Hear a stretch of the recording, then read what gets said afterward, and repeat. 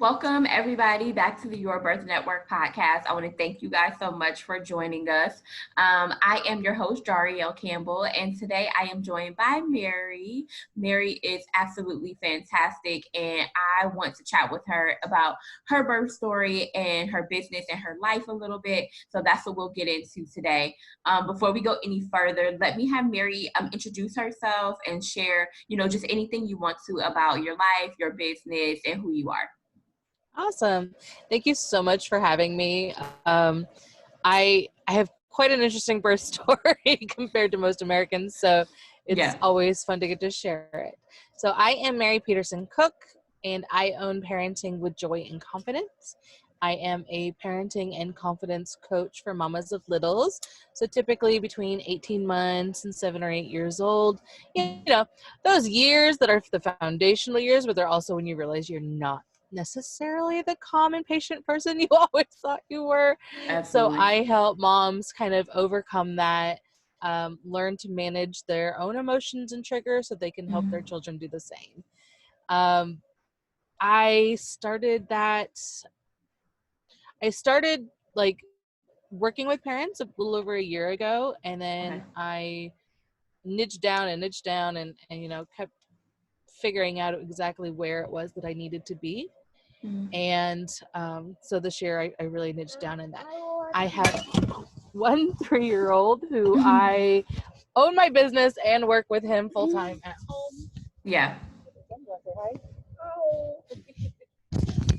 And so I'm trying to keep him quiet to the side. But that's my life. Is I own a business, I stay home, and I take care of him all at the same time. He Yeah. is my miracle rainbow baby. We spent many years um, fighting that fertility train there, and Mhm. we did end up um, using some medicine to get pregnant the first time. Unfortunately, that was basically a blighted ovum, and we had a miscarriage, and then we Mhm. got pregnant with him, and he truly was a miracle because there was nothing that we really did that month. Um, Mhm. and we lived in Hong Kong for 4.5 years, Mhm. from January of 2015 to July of last year, so 2019. What brought you guys to Hong Kong? Were you there for work or just like something you Yes. always wanted to do? Okay. So I always wanted to live abroad. Mhm. I just kind of, I thought it was something only like young single people could do. And I thought Mhm. that part of it like is gone. Like I could never do it. And Right. then I learned that that's not true. And you could actually teach abroad, and it's usually better pay, better hours, those kinds of things. So that's what I Oh, did. okay. Is I went abroad and I taught art for 4.5 years at two different Wow. schools, Mhm. and we lived in tiny little fishing villages because we are not city people. So I had very long commutes. We brought our 2 dogs over and brought them back. So we definitely have done um, that whole thing, and now we are living in an RV. And our plan was to be traveling by now, but life circumstances and COVID and all these things just has us stationary in South Carolina for right now. But who knows? We may do winter in Florida, might do some work camping. Um, who knows? But we like to travel. And what does your partner do for work when you guys were in Hong Kong? So you were teaching art, and what kind of job did he end up getting? Oh, he is a jack of all trades, and then like Okay. he doesn't have, so abroad you really need to have a college degree for a lot of things. Oh, okay. Okay. Which of And course you had, you're a teacher. yeah, I have, but he Okay. does not. And Okay. luckily, well, because one of the reasons we chose Hong Kong was because the spouse can work on my visa. He doesn't have to have a separate work visa. Oh, okay. So he did do some things. Like he worked as a mechanic for a little bit. He worked as Mm. a chef at a couple places because he did have some culinary school training. He worked as an educational assistant in my school, which is, Wow. well, basically like they supervise playtimes and Hmm. they make all your copies and they help Yeah, make your like we bulletin would call a boards and teacher's assistant. Yeah. yeah, but like it's just even they do so much and it's for like all the grade levels, not just the little kids. So it was Oh, really, okay. which made the teacher's life so much So much better. easier. Mm-hmm. Yes, it was amazing. Like you'd I be know like, they I loved him. need 20 copies of these. Yeah. So Yeah. he did That's that. fantastic. Yeah, Okay. and luckily that was the year that we had him. We were pregnant and had him, Oh, which okay. then we also carpooled, which was amazing to be pregnant and be able to like carpool instead of take public transportation. So Yeah. we lucked That's so out there. cool. Okay. So tell me what it was like being pregnant in Hong Kong. Like, were you given the option to have an OB or a midwife? Like, how did you begin to look at places to deliver and find your healthcare provider? So in Hong Kong, you have a public health system Okay. and a private health system, so you can choose. The problem is, while I did have insurance through my work, even though you don't really need it, Mm-hmm. um, it doesn't cover maternity because it's not like you can just go to the public health system and do it. So, and Oh, in order okay. to get maternity health coverage, you have to like have it for 10 months.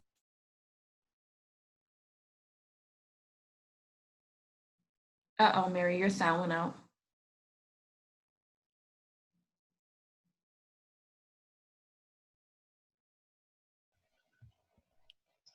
So you have to have maternity health care or health coverage for 10 months before, I think it's before you give birth or before you get pregnant. I actually don't remember which. And it's really expensive. So we just didn't find that necessary because we had the public healthcare system. In the public healthcare system, you have to have like a doctor say that you're pregnant, and then you bring that and they register you. And the place that you go is determined by your location, like where you live. Oh, okay. And I lived on an island called Lantau Island, and it could have brought me to one of two places, a really, really small, very, very local hospital, or if I went further, I would be going to like the main hospital for birth and the one that expats go to mostly and things like that. So when I had my miscarriage, I actually, even though I could have done it at home and been fine and then gone and seen a doctor later, Mm-hmm. I purposely went to the Queen Mary Hospital on Hong Kong Island, which was a good hour and a half, 2 hours Wow. trip by public transportation. Okay. And I purposely had my miscarriage there so that when I did get pregnant again, I would already be in their system.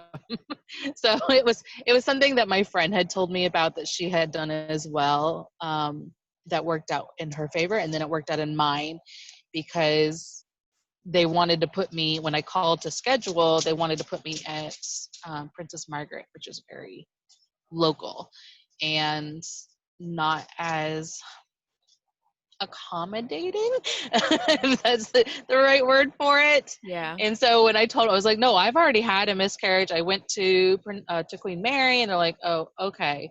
And so then they were able to book me in. And you don't have very many appointments. You go at like 12 weeks, and then I think 20 weeks for your scan. Wow.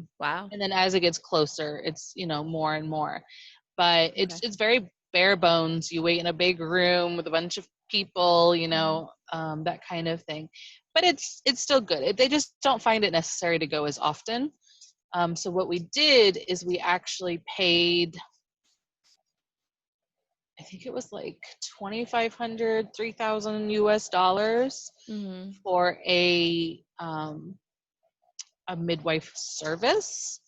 Now they cannot go in the hospital with you. They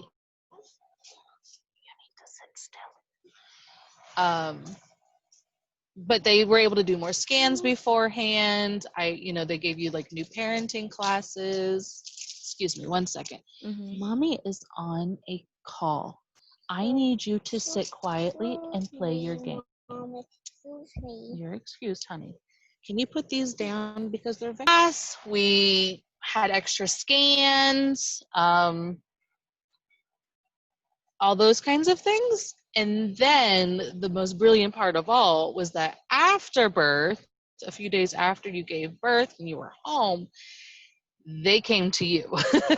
So like I was able, after the birth and stuff, I was able to be like, I've got a midwife coming. We don't need to keep coming back, right? Like he had jaundice, and we had to come back like 24 hours after we left to check that. Oh, okay. And then he was borderline, so like they're really, really, I want to say anal, but that sounds mean, but they really are pretty anal about like if they've deemed something to be wrong, they're really, really cautious. And I was just like, I've got a personal midwife coming. She'll check him, and then if she deems something needs to be taken care of, we'll come back. Because they're just like, so like my one friend, they thought her baby was overweight, not even underweight. They thought she was overweight. Oh. Yeah, I know, right? Very odd. So they like kept making her come back like every single day. So I was just like, nope, we have somebody, she'll look at everything. If something's wrong, then we'll come back. And they're like, okay. So it was the most brilliant service, well worth the money just to be able to have them. Unfortunately, even though home birth is not illegal, even though a lot of people think it is, nobody does it because none of the midwives who are licensed in Hong Kong will do it because it's so complicated, because they're worried about mainland Chinese coming and saying that they gave birth in Hong Kong so that they can get Hong Kong rights and get Hong Kong citizenship. Oh. And so it's not about like they deem it what's the word? Like in Alabama, they were like, oh, that's not safe and all that stuff. They just don't want people claiming citizenship that don't actually have that. So you have to have like all this proof, including pictures with like timestamps on them. And so midwives just won't do it. It's just so complex. So it just wasn't an option for us. Okay. So midwives do Yeah. like the prenatal and like postpartum sort of care, and then you go to the hospital to deliver. And then how long do you stay in the hospital after you deliver? So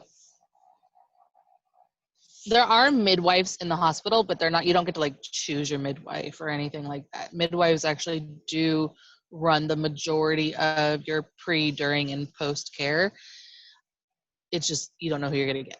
So I've had really amazing midwives, and I've had like dictator midwives that I wanted to like punch. But then I spent, so I had him like at 4:00 in the morning on a Sunday morning, and I left Monday night. And I had to fight for that. So normally they'd want you in there for a few days. I was not having it. I was like, I've got midwives coming to me. I don't need to be staying here because I wasn't getting any sleep. He was sleeping peacefully and doing perfectly fine. And because I didn't like write on this little chart how many times he pooped or whatever, they would wake me up at like 4:00 in the morning and like lecture me. And I just wasn't about that life.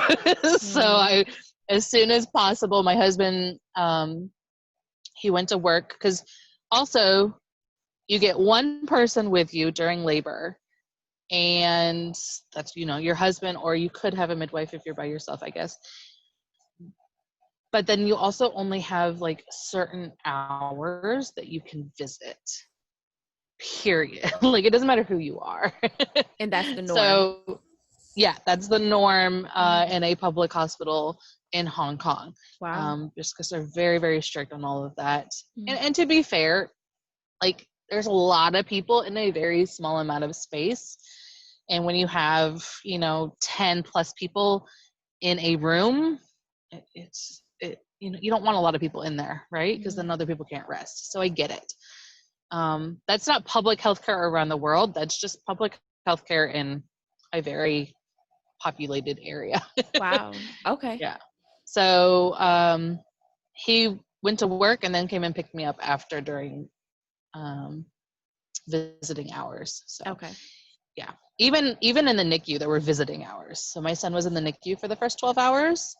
And even then, there were only like certain hours that I could go and see him and feed him. And I had to like hand express into a little syringe by myself and then like send it. So lots of interesting little quirks in there. Yeah. So, okay. So the insurance that you had didn't pay for the midwives. You mentioned $2,500 or something like Mm. that. You had to pay out of pocket. And what's that, For US? my, yeah. So that's US, but that was my choice. It's not something you have to have.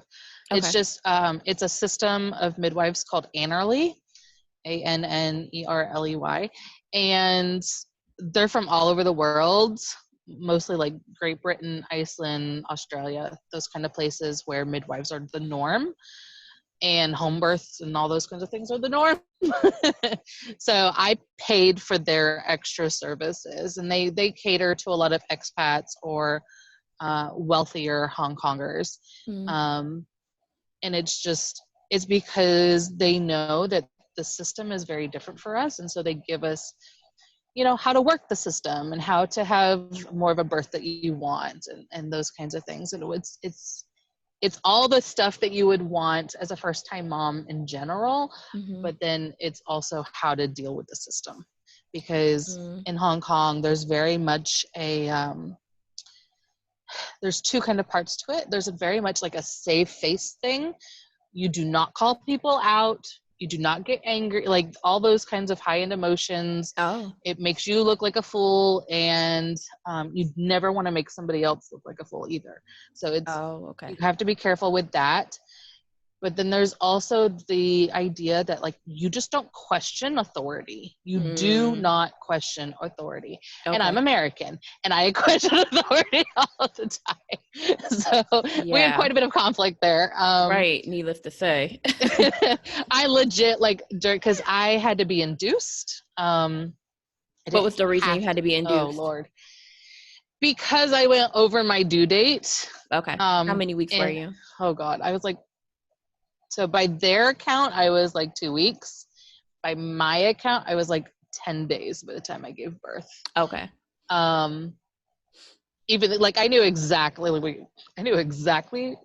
my due date was, but they went by, of course, size.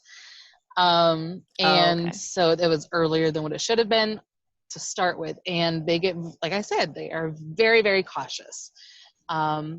So 2 weeks, that's all they would give you. And I had technically my 2 weeks. They admitted me, and you could have been there for like a week before they would. So their induction phase isn't like straight to Pitocin or whatever they call it there.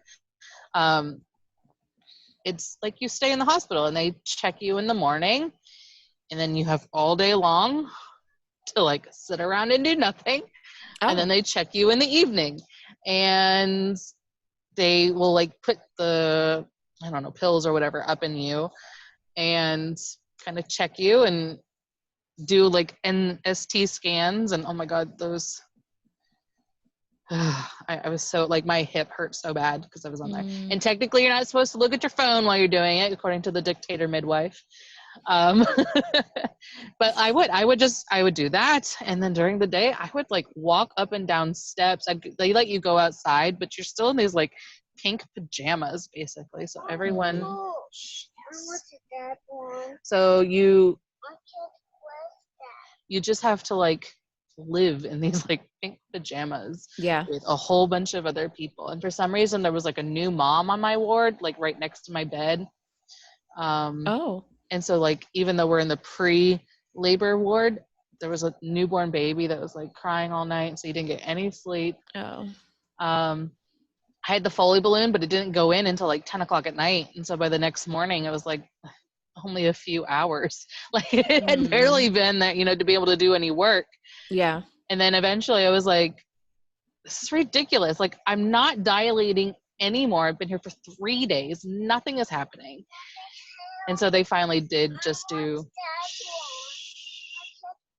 So they finally just did induce me, broke my water, and then I had 12 hours. I had 12 hours to make it to 3 centimeters, and I was not dilating at all. I was like on the second highest amount of, it's not Pitocin there, but that's, most people know that as Pitocin.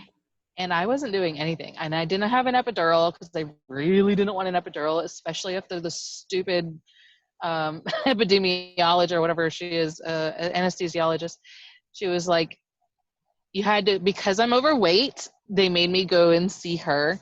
And she was like, you're going to want an epidural because you're overweight. But this scary thing could happen. You're going to want an epidural because you're a first-time mom. But this scary thing could happen. You're going to want an epidural because you're white. So, but this scary thing could happen. And I was just like, oh, wow. I was so angry. Yeah. I was like, I don't want one. And so I tried really, really hard, but the nurses kept begging me. And it's weird because they don't actually advocate for epidurals there. You have to really ask for it. And if you're Chinese, you have to like really ask for it. But they were like begging me to. And I think it's because the fetal monitor kept moving because I'm larger. And I wanted to move around. And they kept freaking out that his heart rate was dropping because I was moving the fetal monitor and all these things. And so, yeah, they kept begging me and begging me. Yeah. And I only had back labor. I did not have normal contractions. I only had back contractions. So it literally like felt like my spine was splitting. And I had what's that thing called? A TENS machine, which every mom needs I don't care. Every person in the world needs a TENS machine. I love my TENS machine. Yeah. So that did help. My husband would like rub really hard into my back and that would help. Yeah. But after the second check and I still had not dilated anymore, I was just like, screw it. I don't want to get to 12 hours of this pain and then still be forced to have a C-section. Right. Because if I didn't dilate by 12 hours, they would force me to have a C-section. And I was like, what's the point? I'm going to then have an epidural or something at that point anyway. So let me just get it. Maybe I'm that like 1% of people that can't dilate without the epidural. Yeah. And lo and behold, I was. As soon as I got the epidural, I was able to start dilating, and I had gotten to, by 12 hours in, I had finally gotten to like 4 centimeters. So they let me continue laboring. But again, then I was put back on another clock. Like, if you don't have this baby within a certain amount of time, then you have to have like, it's just like constant, like, oh my God. And there's no food, there's no water. You get teeny tiny little ice chips. And you're allowed to have like 2 to 4 of those an hour if the midwife lets you. Wow. So like my husband, like when they left the room, he would like walk backwards with a water bottle so that I could have some water. They're like, the IV gives you everything you need. I'm like, no, it don't. But yeah, they're just very strict on rules, and that's just how the culture is. Right. And they were not. But I was like, don't you know the new research says that moms should be eating and da da da da. And they're like, one midwife was really nice, and she was like, I know, but unfortunately our system has not caught up yet. All the other ones were like, well, this is just the way it is. If you don't like it, you should have gone private, you know? Like, yeah. So it was pretty interesting. At the end, towards the end, I was a little feverish. I would have chills. And there were a couple instances where they were worried about him. But eventually I was able to have a vaginal birth. Thank God. And they were nervous that he had swallowed some meconium. So that's why they took him to the NICU. But they did allow me to have my hour post-birth, you know, to do the breast walk and that stuff. Yeah. And that was nice, but honestly, I was so out of it. I was so out of it. I think my labor ended up being 19 hours, I think is what it was, from the time they broke my waters and started the Pitocin to the end. Mm-hmm. And I was on really high levels of Pitocin, like really high. Yeah. So I was kind of like loopy. I don't Yeah. remember really, like it's all a haze. And then at that point, visiting hours were over. So my husband had to leave, and my son got wheeled up to the NICU, and I got wheeled to the post-labor ward. Mm-hmm. Got shown how to express, colostrum. And the only good thing was that I was able to get a nap because there wasn't like people around me. However, when I did wake up from my nap, I was getting yelled at because my baby was crying and wanting food, and they didn't have any more syringes for him. But I'm like, how would I know that? Like, I'm in this room. He's like on a whole different floor. Like, Right. why are you yelling at me for it? Like, just wake me up and tell me. Yeah. So, but I then, I had amazing orders. I guess I call them orderlies because I don't know what else to call them.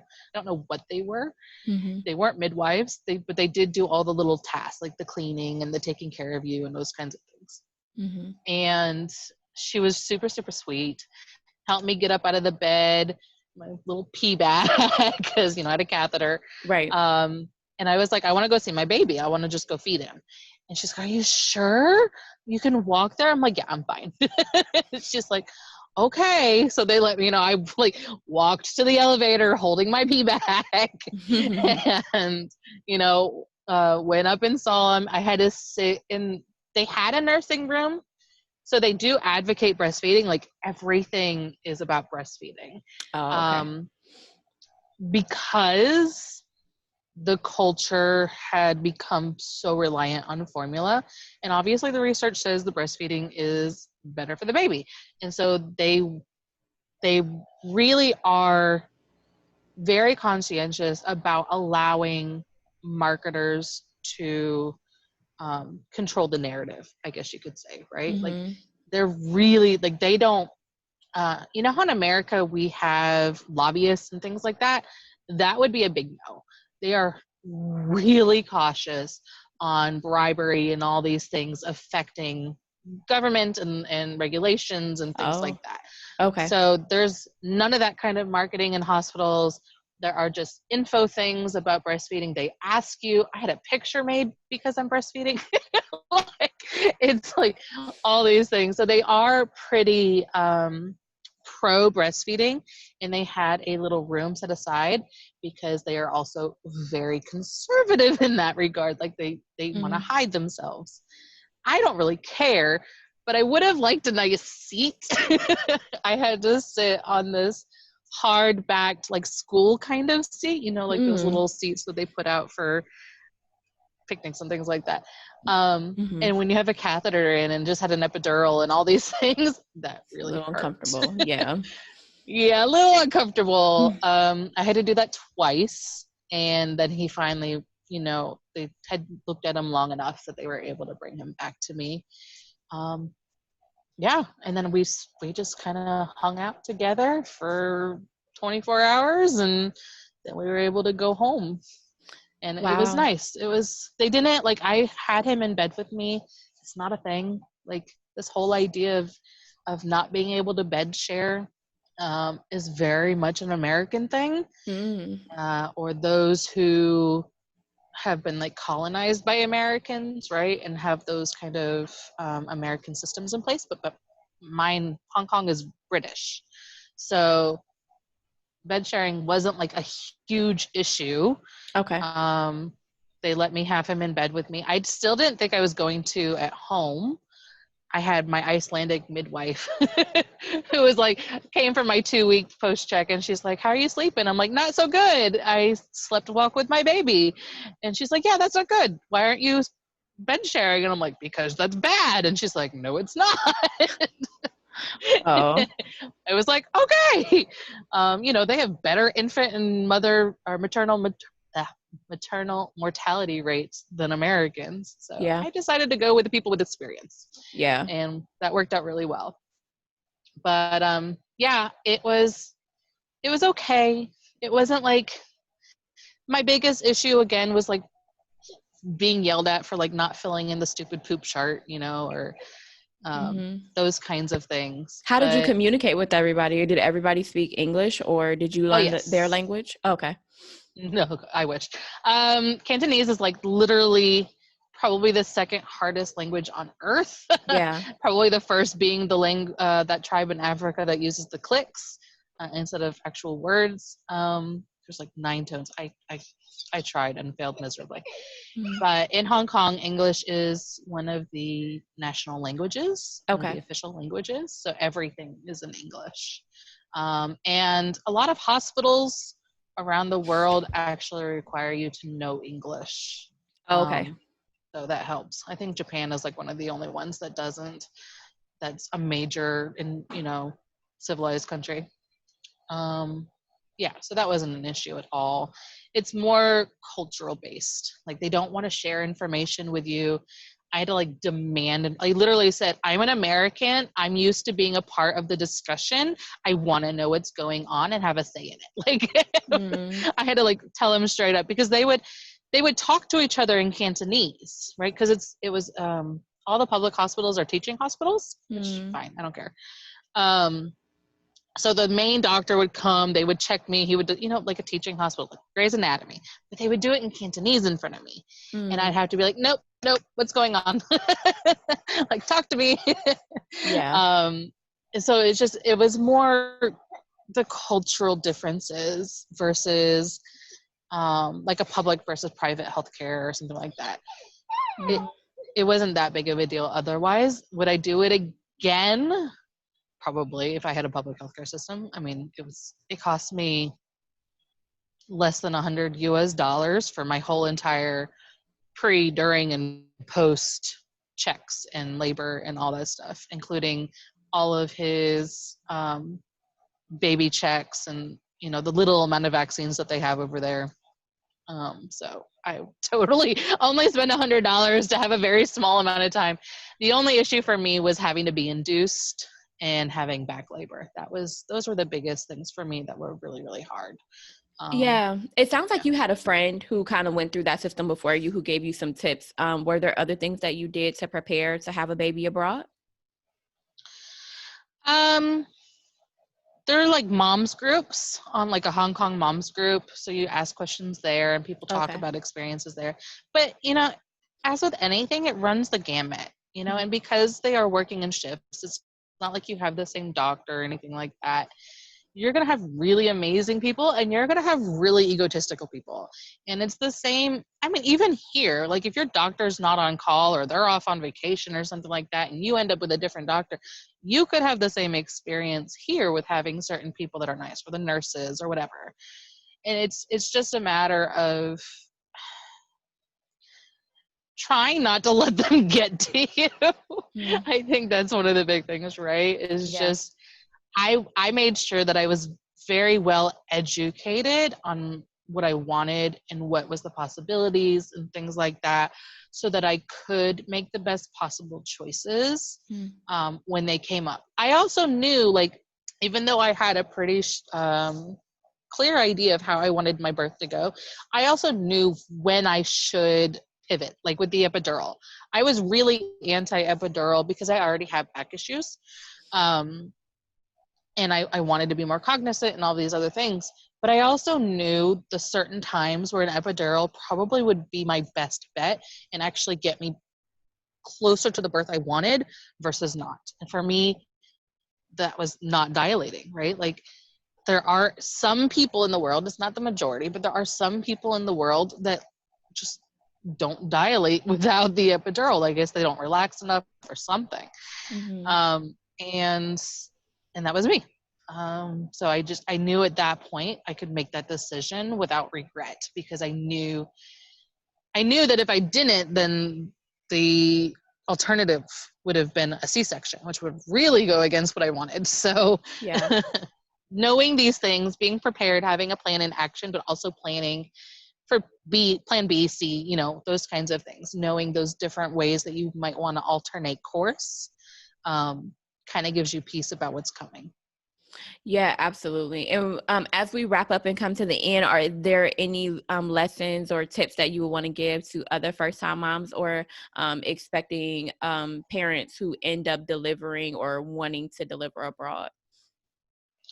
Find yourself a community, Mm. locals and expats alike, if you're delivering abroad, people that have gone through it before you and, can tell you. For example, I knew I did not want the other hospital, Princess Margaret, because my best friend, who is Chinese face but grew up abroad, had delivered there, and they treated her really bad. Like, they told her that if she had wanted an epidural, she should have gone private, and they yelled at her for screaming and all these things. And I Mhm. was just like, I don't want any part of that. So I knew which hospital I should go for as much as possible, right? So being aware of the things, being aware of the culture, being aware of your options, which is why we hired that midwife group. Just educating yourself, not to scare you, but to know your options, to know what the possibilities are, what your rights are, whether you're here in the States or otherwise, because doctors do know a lot, right? Midwives know a lot. They have amazing education. The problem comes in where they think they know what's best and don't care about what you think. And that's going to happen in any country, right? And so knowing what your rights and possibilities are and having alternative plans, like not getting so stuck on the one plan, will give you those options and be able to navigate those attitudes without you feeling that you're getting run over. Like, the last thing you want is to feel like you got run over in your own birth experience when it's involving your own body, right? So you want to make sure that you know all the different things so you can be prepared.